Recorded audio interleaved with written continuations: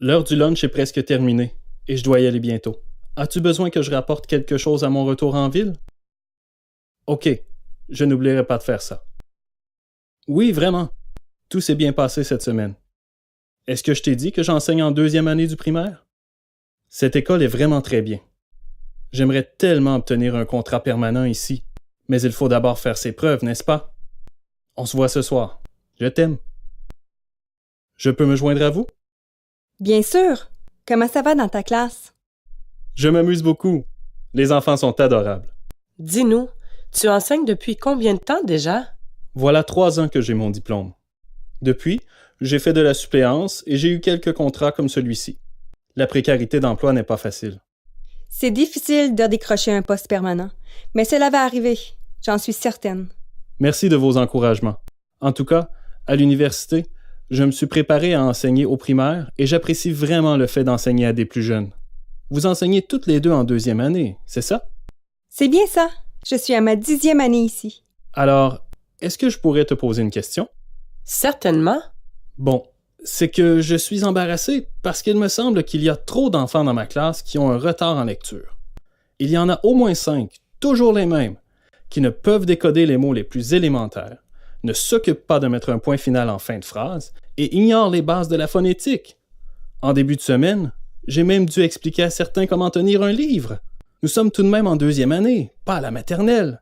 S'agit-il d'une situation normale dans cette école? Tu lui dis ou je lui dis? Vas-y, Victoria. Qu'est-ce que vous voulez dire? Ce sont les élèves de l'année passée qui étaient dans la classe de première année de Sandra.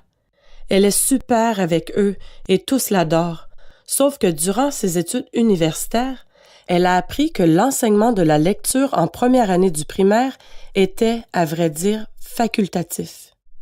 Mais c'est aussi que Sandra fait partie de ces enseignantes qui croient que c'est le lien émotif avec les enfants qui les aide à découvrir ce qu'ils aiment faire, à découvrir leurs aptitudes à travers l'exploration individuelle au détriment d'une bonne préparation aux exigences du programme scolaire. C'est vrai, Sandra dit toujours que bien des enfants de 6 ans ne sont pas prêts pour la lecture et que de toute manière, à cet âge, l'apprentissage se fait bien plus efficacement par le jeu. Elle croit que de cette manière, les apprentissages ont plus de sens pour les enfants. Ce problème retombe sur les épaules des enseignants de 2e année qui se retrouvent avec une rentrée pénible. L'administration fait son possible pour répartir de manière égale les élèves de Sandra dans les classes de 2e année, en faisant attention que cela ne devienne pas trop lourd.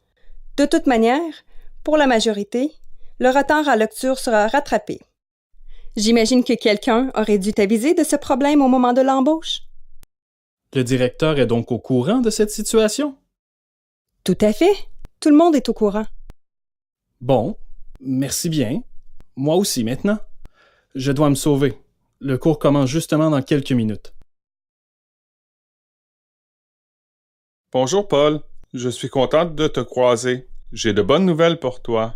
Je viens de parler avec l'enseignante que tu remplaces. Pour faire une histoire courte, il semble bien qu'elle fera le choix de prendre sa retraite après son congé de maladie. Alors sous peu, il y aura une ouverture pour un enseignant en 2e année. Oh, ce sont de bonnes nouvelles! Alors, est-ce que la semaine s'est bien passée dans ta classe? Y a-t-il quoi que ce soit que je puisse faire? Un problème?